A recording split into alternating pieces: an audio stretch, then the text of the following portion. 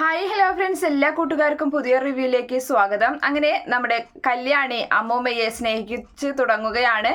ഭാനുമതി അമ്മ ആ വൃദ്ധസദനത്തിൽ ഇരിക്കുന്നത് കാണുമ്പോൾ ഒരു ദയനീയാവസ്ഥ, ആ ഒരു ദയനീയാവസ്ഥ കാണുമ്പോൾ കല്യാണിക്ക് സഹിക്കുന്നില്ല. കല്യാണിയാണെങ്കിൽ ഭാനുമതി അമ്മയെ അവിടെ നിന്നും കൂട്ടിക്കൊണ്ടു പോകാൻ തീരുമാനിക്കുകയാണ്. ഇതേ സമയത്ത് പ്രകാശനാർജിന്റെ പ്രകാശൻ ഭാനുമതിയുടെ കൈയും പിടിച്ച് വാ നമുക്ക് ഇവിടുന്ന് പോകാമെന്നും പറഞ്ഞ് തെരുവിലേക്ക് എന്ന പോലെ കൊണ്ടുപോകുന്ന സമയത്ത് വിടറ കൈ എന്ന് പറഞ്ഞിട്ട് അങ്ങനെ കൈ വിടാതെയാകുമ്പോൾ അവസാനം കൈ വലിച്ച് മാറ്റിയിട്ട് നേരെ പ്രകാശന്റെ മുഖത്ത് കരണത്തടിക്കുകയും ചെയ്യുന്നുണ്ട്. അതൊക്കെ കല്യാണിയുടെ മുന്നിൽ വെച്ച് തന്നെയാണ് അങ്ങനെയൊക്കെ ചെയ്യുന്നത്.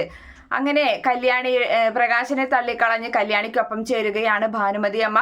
അങ്ങനെ ഭാനുമതിയെയും കൂട്ടി കല്യാണി നേരെ വീട്ടിലേക്ക് പോവുകയാണ്. വീട്ടിലെത്തുമ്പോൾ അവിടെ ദീപയും അതുപോലെ തന്നെ നമ്മുടെ കിരണൊക്കെ ഉണ്ടായിരിക്കും. അപ്പോൾ കിരണും ദീപയും ഈ ഒരു കാഴ്ച കാണുമ്പോൾ അന്തം വിട്ട് നിൽക്കുകയാണ്, എന്തായി കാണുന്നത് എന്നറിയാതെ. അപ്പോൾ ഭാനുമതിയെ കൊണ്ടുവരുമ്പോൾ ദീപ ചോദിക്കുന്നുണ്ട്, എന്താ മോളെ ഈ കാണിക്കുന്നത്, ഇവരെന്തിനാ നീ ഇങ്ങോട്ട് കൊണ്ടുവരുന്നതെന്ന് ചോദിക്കുകയാണ്. അപ്പോൾ കിരണൻ ചോദിക്കുന്നുണ്ട്, എന്താ കല്യാണി, നിനക്ക് എന്താ സമനില തെറ്റിപ്പോയോ, ഇവരൊക്കെ എന്തിനാ ഇങ്ങോട്ട് കൊണ്ടുവരേണ്ട ആവശ്യമെന്ന് ചോദിക്കുകയാണ്.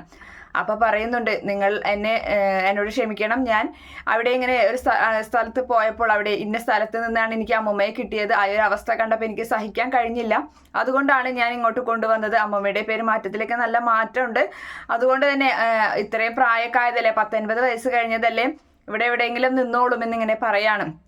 അപ്പോൾ ആ സമയത്ത് പ്രകാശനെ തല്ലിയ കാര്യങ്ങളൊക്കെ തന്നെ കല്യാണി പറയുന്നുണ്ട്. അപ്പോൾ ദീപ പറയാണ്, അതെ നീ മോൾ ഇതൊക്കെ വിശ്വസിക്കരുത്, ഇതൊക്കെ ഇവരുടെ അടവാണ്, ഇതൊക്കെ ഇവരുടെ നാടകമാണ്. കാരണം ഇവർക്ക് ഇങ്ങനെയൊക്കെ നാടകം കളിച്ചാലേ ഇനി ജീവിതം മുന്നോട്ട് പോകുള്ളൂ എന്ന് ഇവർക്കറിയാം, അതുകൊണ്ടാണ് ഇങ്ങനെയൊക്കെ ചെയ്യുന്നത്. മോളെ വിശ്വസിപ്പിക്കാൻ വേണ്ടിയിട്ടാണ് ഇവരെ ഇറക്കി വിടണം, ഇവിടേക്ക് കയറ്റാൻ പറ്റില്ല എന്നൊക്കെ ദീപ പറയുന്നുണ്ട്. അപ്പൊ കിരണും പറയുകയാണ്, അതൊക്കെ ശരി തന്നെയാണ്, ഇവർക്ക് നല്ല അഭിനയിച്ച് നല്ല പരിചയമുണ്ട്, അതുകൊണ്ട് തന്നെ ഇനി ഇവരുടെ വാക്കുകളൊന്നും വിശ്വസിക്കേണ്ട എന്ന് കല്യാണിയെ പറഞ്ഞ് ബോധ്യപ്പെടുത്തുന്നുണ്ട് കിരണും. പക്ഷേ നമ്മുടെ കല്യാണി സമ്മതിക്കുന്നില്ല. കല്യാണി വേണ്ട, ഇവരെ ഇവിടെ താമസിപ്പിക്കണം, എന്തായാലും എൻ്റെ അമ്മൂമ്മയല്ലേ എന്നും പറഞ്ഞിട്ട് അകത്തേക്ക് കൊണ്ടുപോവുകയാണ്. അങ്ങനെ ഭാനുമതിക്ക് അതൊരു സന്തോഷമാവുകയും ചെയ്യുന്നുണ്ട്. അതുപോലെ തന്നെ വലിയ കണ്ണീരും കാര്യങ്ങളും ഒക്കെ അവിടെ പ്രകടനമാക്കുന്നുണ്ട് നമ്മുടെ അമ്മൂമ്മ. എന്നിട്ട് അവരോടൊക്കെ മാപ്പ് പറയുകയും ചെയ്യുന്നുണ്ട്. അതിനുശേഷമായിരിക്കും ഭാനുമതി അമ്മയുടെ ശരിക്കുള്ള യഥാർത്ഥ സ്വഭാവം പുറത്തേക്ക് വരുന്നത്. കാരണം അമ്മൂമ്മയ്ക്ക് ഇനി പിടിച്ചു നിൽക്കണമെങ്കിൽ വേറെ അവിടെ ഇവിടെയും തെരുവിൽ അവിടെ തെണ്ടി നടക്കേണ്ടി വരും. അപ്പോൾ കല്യാണിയുടെ കൂടെയാണെങ്കിൽ കല്യാണിയെ ദുഃഖങ്ങളൊക്കെ കാണിച്ച് അവളെ മനസ്സ് ഇളക്കിയിട്ടാണ് ഇപ്പം ഇങ്ങോട്ട് എത്തിയിട്ടുള്ളത്. അതുകൊണ്ട് തന്നെ ഇവിടെ നിന്ന് കഴിഞ്ഞാൽ ജീവിതം മുന്നോട്ട് പോകുമെന്ന് ഭാനുമതിക്ക് അറിയാം. അതുകൊണ്ട് തന്നെയാണ് അങ്ങനെ ഒരു കാര്യം നടത്തി അങ്ങോട്ട് എത്തിയിട്ടുള്ളത്.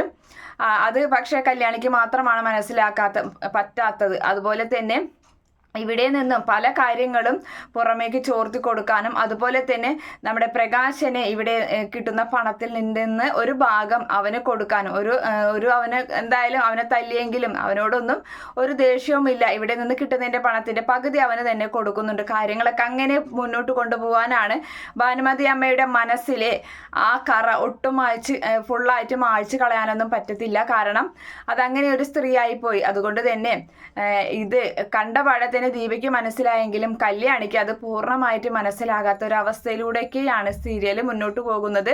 Okay friends, bye, thank U.